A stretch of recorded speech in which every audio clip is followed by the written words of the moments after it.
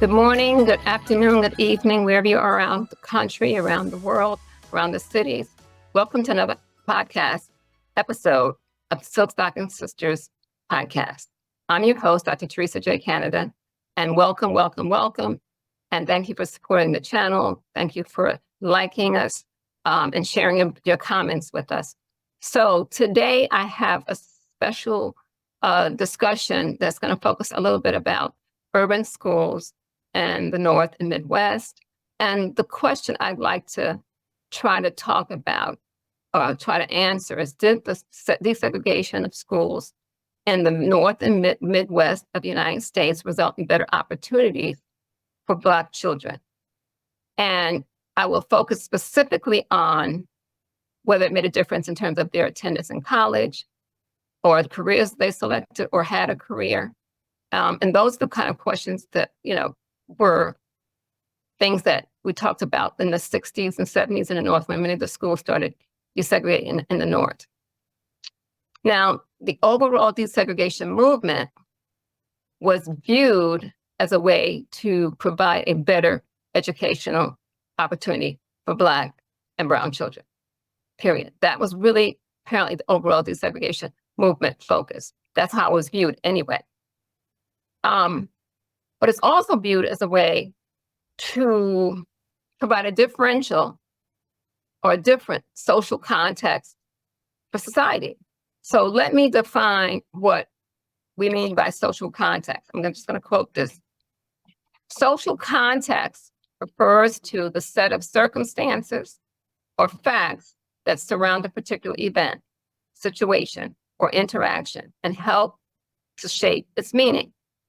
It includes various elements such as cultural norms, values, beliefs, traditions, social structures, and relationships that influence how individuals perceive and interpret the world around them.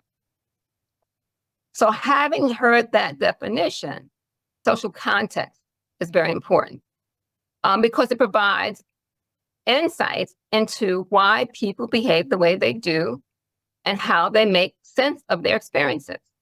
And the whole idea of having people in a desegregated classroom really was supposed to try to provide, better opportunity, educational opportunities, and also the social context that I refer to here in this particular episode. So why is it important to provide social context? Now, we know a lot about the reasons why it's supposed to provide opportunities for, better educational, and we'll get into that a little later. But also the social context is important. If you are exposed to people from the same ethnic, racial, socioeconomic status, that's all you know. And your whole life and your behaviors will be guided by those experiences. But only when you see people from different backgrounds, different ethnic backgrounds, different social situations, then you'll see a different situation. But if you never come in contact with people or connect with people who are, or have those different views or have different experiences or come from different cultures, then how would you know? How would you know? How would you know? So I think it's important that was two things that were important part of the desegregation process. I know for me, it was crucial. Although I had come out of a community in Harlem that was somewhat diverse, and my classroom was somewhat diverse, it wasn't the sharp difference when I attended PS6 in another neighborhood in the Upper East Side of Manhattan. And but I got to see and know these people because of that experience. So my own sense is, I was able to get insights about different people based upon that experience as a young child. And I believe everybody should have that opportunity, if possible, to have that similar kinds of experiences in their life. Otherwise, the main thing is this. One thing about education, the public school system in particular is one of the main places where you can actually have an opportunity to see and hear and meet people who are not just like you. And if you don't get this experience early on, it's unlikely that you'll get this later on in life. And if you do, by that time, you've probably already jaded about your sense of being and other people. So I believe that the early childhood experience is so crucial to get the exposure that's needed, if possible. So I'm just saying about my particular experience. Now, it may be different for other people, but that's my particular experience. Now, let me just go back to like during the 1960s and 70s when a lot of the schools became desegregated, and in the north, especially in urban schools, because many families were leaving the urban centers, New York City in particular, and moving out to the suburbs. And so therefore, you didn't see as much diversity in many of the urban schools because less and less people, more and more people of color were in the cities and did not move out, and for a variety of reasons. And that's who you saw in your classes as you grew up in the system. So during the 1970s, there was an educator named Mr. Ron Edmonds who began the Effective Schools movement. And this was a movement specifically for urban schools that he applied this particular philosophy. This model suggested that schools could be effective regardless of the racial composition of the school. Now, mind you, post-Brown decision, 1954 decision, into the early 60s and possibly into the 70s, there was more school desegregation across the North and Midwest. And what was happening, as I mentioned before, some people who were not people of color were leaving. And then some people of color too, leaving the urban settings and moving out in the suburbs or moving out in the periphery of the urban centers. And so the classrooms and the schools becoming more and more children of color. And so Ron Edmonds said, basically, yes, you can still have effective schools with students who have the same racial and composition. But one of the key things that he talked about specifically was that, according to Edmonds, the prime factors that condition a school's instructional effectiveness appears to be principally economic and social rather than racial. So what he's saying, and I can concur, that having, and I know this says a lot about, the distinction, like, having a person who sits next to you doesn't look like you makes a difference. No, it's not about that. You want an effective school and you want students to be able to learn. And one social and economic background were really, according to Edmonds, found to be what made the difference in the schools, and especially urban schools. So one's racial background wasn't, according to Edmonds' research, was not really a major factor in whether students learned or the schools were being effective schools or they were successful in teaching children. So that was really a key movement that took place during the 1970s. And maybe some of that can be applied today because many of the urban schools throughout the North and Midwest are more racially, quote unquote, segregated than they were back in the early 60s, late 50s, early 60s. So I'm just saying that may be something you want to look at. Think about, excellence can be found everywhere. But based upon Edmonds' theory, a desegregated school situation did not necessarily affect a student's academic performance. And if you're thinking about being able to have an effective school, you want children to achieve academically. And if children achieve academically, they're more likely to have lifelong success moving forward. There was and still is a relationship between educational inequality and socioeconomic inequality. And that's something that we need to delve into and see what we can do more about that. But going back to the initial focus of this episode is that did the desegregation of schools in the North and Midwest result in better opportunities for Black children in terms of whether they were able to attend college, what their careers were like, so forth and so on? What would I think? Well, it's a mixed bag here. The opportunity to be able to excel academically is crucial for preparing you for a professional career. That's a given. But not everyone has that opportunity. But if you have that as an option, it's fine. But many people don't have that as an option. And there are now issues that, the lack of effectiveness in schools. But I think back on Edmund's research about you have to allow a child to feel good about themselves. That's what I'm saying. If you don't feel good about yourself, it's hard for anybody else to feel good about you. So it really starts with the individual. And a lot of that's not supported within our society and our culture.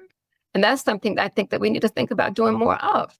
Because, of course, because of the fact that students were able to get into get more education, more effective education. And many of the people who did, for example, my friends from my elementary school, we went on and did pretty well professionally. Matter of fact, all of us are professionals in one form or the other in different fields. So yes, attending college was something that I think all the people who attended college where my elementary school, who were part of that desegregation effort in New York City public schools, yes, we all attended college and we all became professional. We all graduated and went on to other degrees and other professional careers. And I think that was important. But it starts in the beginning. It doesn't start at the end. It starts in the beginning. So that was important in terms of access, because of course in the 1970s, there was more access, late 60s, early 70s, there was more access to colleges for Black and Brown people as a whole. And this was in general, not because traditionally the only schools that many Black people could attend were HBCUs, historically Black colleges and universities, which are still in existence today and still have stellar educational opportunities for people who choose to attend HBCU. Because two of my siblings attended HBCUs and graduated from HBCUs. So yes, there are definitely excellent opportunities for people to get through HBCUs if that's an option for them, sure. But if you don't get through K through 12, if you don't get out of high school, finish that level, how are you going to go to college? So the key is being able to start in the very beginning. If you're effective in the beginning, then children can choose to move forward. But the key thing for me is that I believe that they have to believe in themselves and have to feel good about themselves. So that, in a sense, takes place early on. And if you don't believe in yourself and value yourself, and then others don't value as well, it limits the opportunity. But one of the key factors that they found, like I said, Edmund's research found, it wasn't the racial situation that hindered them and allowed students to do poorly in school. It was the educational inequality and the socioeconomic inequality that really made a difference in whether or not children would be able to succeed or not succeed in the classrooms. So I'm just saying that, there are careers that many people were able to come through the 1960s and early 70s and were able to get wonderful careers as a result of the opportunities that were available. But I'm saying, what about now? The schools in the North and Midwest are now more segregated than they were in the 1960s and 70s. But now, does that mean the education should be less effective? No, it should not be less effective. It should be we need to apply some of Ron Edmund's theories and philosophies to the classroom and to the schools so that all children can learn and all children can have an effective school to come out of so they can be successful. But as I said before, the main two characteristics that really made a difference was one's socioeconomic background and one's, the inequality that happened socially and economically. So, many of the students who attend urban schools are considered, low income students. And the services that are provided for them is overwhelming in some schools. So if you think about it, if you don't have dinner at night, you don't have breakfast in the morning, do you really want to come to sit in the classroom and learn something? I don't think so. So we need to think about those basic things. I'm talking specifically about, North and Midwest and also urban schools in particular, because that's really my interest in terms of research. And that's my exposure coming out of the New York City public schools and being able to achieve within the New York City public schools and to go on beyond that and be able to achieve other things academically and develop a profession. And I believe every child deserves that, not just one child, every child deserves that. So we need to think about, moving forward, what can we do to make sure that we can provide opportunities for Black and Brown children to be able to excel? So the question was, did this desegregation of schools in the North and Midwest result in better opportunity for opportunities for Black children? How do you answer that question? It all depends on what you're relating, what you identify as opportunities. But in order for have opportunities, there has to be somebody who offers you an opportunity. You may have all you need, but the opportunity to be able to apply that is not there. It goes nowhere. So I want people in the audience to understand there has to be some place for these people to come out of the system and be able to apply what their skill is so that they can be able to have a better life, both professionally and personally in our society. So one of the things I think I'm going to end this with is that, you tell me, what do you think? Did you think the desegregation of schools in North and Midwest really result in better opportunities? Okay, so that's an open question. I just gave a little information about what took place, and we got to think about what's taking place now. Is it really making a difference? Because as we know, the demographics of this country, there's no guarantee that we're going to have classrooms where you have people of different ethnic backgrounds. There are going to be different people in your classroom, but it all depends upon where you live and the communities in where you live.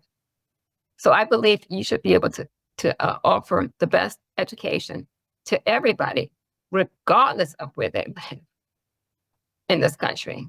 And that's my hope for now and the future. So thank you for listening to this brief discussion on the desegregation of schools in the North and Midwest in terms of opportunities for Black children then, and hopefully now we can think about what we can do moving forward. So thank you again for attending or listening to another podcast here at the Silk Stocking Sisters podcast. Have a great day, good evening, good evening, wherever you are around the world. Take care. Bye now.